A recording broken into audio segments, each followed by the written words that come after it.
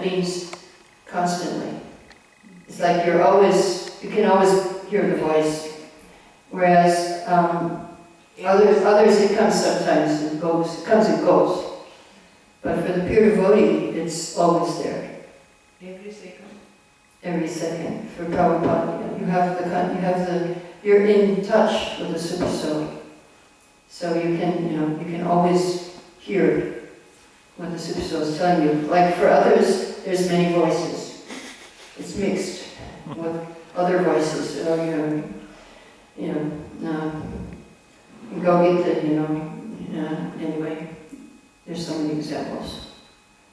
There will be a voice, go to the temple and eat prasadam. There will be another voice, no, go to the restaurant. Go to the temple for kirtan, no, go to the movie theater. You have different voices going on at the same time. If you're a devotee, you can figure out which one is what, but it doesn't mean you're going to follow the Super Soul. If you're a pure devotee, then you follow the Super Soul. If you're a mixed devotee, you have material desires, then you may follow the other one. Even though you hear the voice of Super Soul telling you, no, go to the temple. I said, no, I don't want to go to the movies, theater. So, yeah. Did you have a question? Yeah, Radhanath Maharaj was here, a couple of times. Right, you're very fortunate. Yeah. So then, he was taken into the city or something, and then You what? he was taken into the city, in Into the Copenhagen. city. He passed by the city like that. Yeah. He saw Copenhagen, like that. So then he saw the people, it's predominantly a tamasic country, something like that. But anyway, so then he said that this country, Denmark, you do this, you do Harinam, you do prasadam distribution, and you do theater. Oh, yeah. So and that is enough, that is nice for Denmark. So then, theater, Harinam, and prasad distribution. Yeah. Mm-hmm. So then, some of us may think that, book distribution,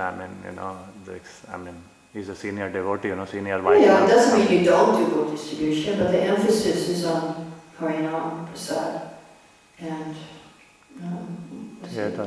Theater, yeah. I mean, the emphasis is on that, and then book distribution can be done. It's not that you don't do it. You have to understand the instructions of the spiritual master too. That that's okay. Yeah. So we should always have these things going on, prasad distribution, and these things are very important for these people. Don't stop your deity worship. Yes. We also heard from our previous GBC that if we do not do book distribution, then Denmark would have been sunk under the water long ago because of this sinful activities going on. So that was our understanding all along, that Prabhupada's first priority for the few. Yeah, I mean, book distribution is always important. But if you want to get for the masses, book distribution is there, and certainly you will find some intelligent people who will take the books. But if you want to attract the masses, then you need to do prasad distribution and Harinam. For those majority who won't take the books, then it has to be something for them, and that they will appreciate the cultural side, the food prasad. Everyone will appreciate that side. You can also say we have distributed, I think, 1 million books in Denmark over all the years. That's what I heard sometime. Wow. But in order for people really to get inspired to read the books, then if they get this Harinam and jolly mood, Harinam will make you happy. We were just doing Harinam in Germany, and it was a beautiful sunny day. Everyone was sitting out in the city at their tables with big, huge glasses of beer. They get lots of beer in Germany. I think maybe that's the origin of beer, I don't know, but anyway. There they were, and they were so happy to see the Harinam. And some of them were even chanting with us, and some were even dancing with us. So it was, they appreciate it, and they see we were all happy. And as a result of this Harinam, one man rode his bicycle, which was an hour car drive from the place where we were. He rode his bicycle all the way to the temple to see the devotees. And he came, Mangalarti, he wanted to chant. We gave him japa beads, and he was very interested. Just from the Harinam. We were giving out cards, he didn't get one. How to get to the temple. And somehow he found somebody who had a card, and he got the directions to come to the temple. He just started riding on his bicycle. He came all the way. We were out in the forest, Gaura down. And he came from Trier, which is an hour, I think over an hour away, yeah, by car. So how long he took by bicycle? Yeah? I was just wondering, you mentioned in the lecture that the first contact you had was with this article, Who is Crazy? Yeah, Who is Crazy, yeah. And I was just thinking about these pamphlets, and Yeah. like that was quite a big thing in the early days, wasn't it? Yes, we didn't have many books.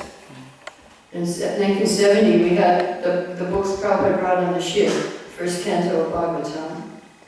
We had teachings of Lord Chaitanya, Bhagavad Gita abridged, a small version. The first one was not the full Gita. We had this abridged version of Prabhupada's Gita. And then we had Isha Pranashad.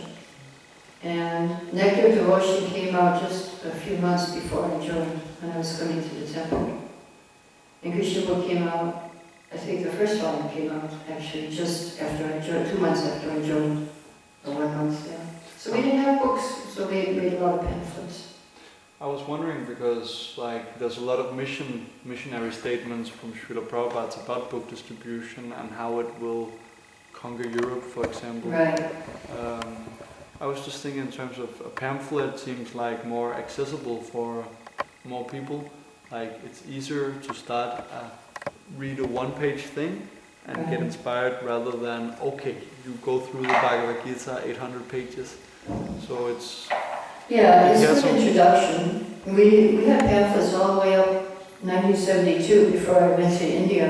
That's how we got our plane fare. We were distributing this pamphlet on chanting Hare Krishna.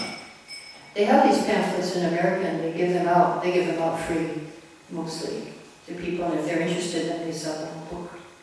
I've seen it being used in America now. But they have these little pamphlets. The same ones that we had in the 70s. Same pamphlets. Yeah, I mean, Srila Bhaktisiddhanta Saraswati had a daily newspaper on news from the spiritual world. And they would distribute that. But that's, requires a lot more effort. Yeah. But it seems that these pamphlets were very much just taken out from Prabhupada's books. Yeah. You're saying like on chanting Hare Krishna, that it's not that we have to, if we make a pamphlet, it should be Prabhupada's words. Yeah. You have to check it on the database and see what the origin is. I don't know. And also maybe little time, place and circumstance, like you said a few times that this was a hippie movement, when you like certain things were very easily accepted. Yeah. Then I know when Devamrita Maharaj was here, they called him the greatest psychologist in ISKCON. One of the books we were distributing, I forgot, but he called it Natural Joy in the front page. Naturlig glæde. What is it? It is actually the Nectar of Instruction, I think it's 3 books Nectar inside. But outside you just see Krishna with the cowboy boys playing very happily. And then calling it Natural Joy. Because people in them, they could relate to that title. Oh yeah, it's in English. No, there is, but 3 small books are inside. Oh yeah, I have seen this. The last copy, I think this is the last That's copy. very interesting. Yeah. Well, I think this is the country I came here a few years ago, and somebody told me people here take happy pills. Like a fourth. It was the 25% of the population. Maybe it's gone up. I don't know. 10. Yeah. 10% of the 10%. Somebody told me 25%. It but officially it is 10%, Oh. but then you have so many Yeah, more. right. Where's the smoking hash? 10% is taking happy pills and 15% is smoking hash. Okay. And the rest is drinking. All the time. So they all want to be happy, so naturally this book will be good for them. As the early days, stay high forever, without drugs, without anything. Devotees were teaching how to stay high forever, and by chanting Hare Krishna. You know, that's the hippies' dream, stay high forever. And they just want to go high, you know, get high. So these people, you want to stay high forever, and the only way is to get your eternal spiritual body and chant Hare Krishna. Yeah, so this is nice. I'd be interested to see. What are the 3 books? I actually didn't read it a long time. Good. This is perfect for Denmark. Everybody wants to be happy in Denmark by taking happy pills and hash and drinking. That's their happiness. Happiness means to forget your misery. That you're so miserable and then you just take something to forget it. So it's actually forgetfulness. Ignorance is bliss. Ignorance is bliss. Okay, so we'll stop here. I'll go to Krishna Prabhu. Hare Krishna. See you tonight at 6 o'clock. Go. Jai!